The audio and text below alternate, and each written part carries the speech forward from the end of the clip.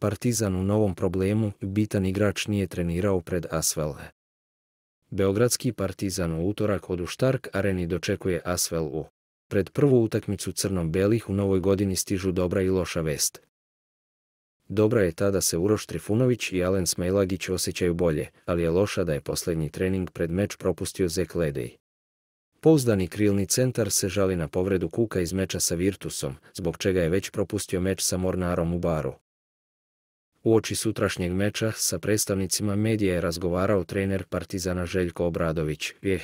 Najmanje što treba da gledamo je njihova pozicija na tabeli.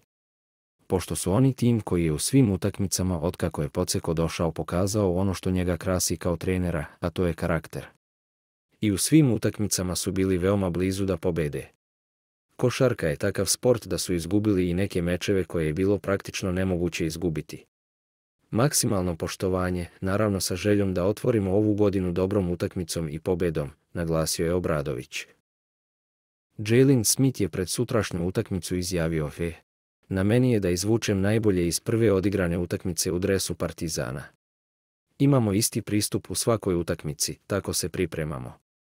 Veoma sam uzbuđen zbog prve utakmice pred 20 i više hiljada naših navijača i da osjetim njihovu energiju.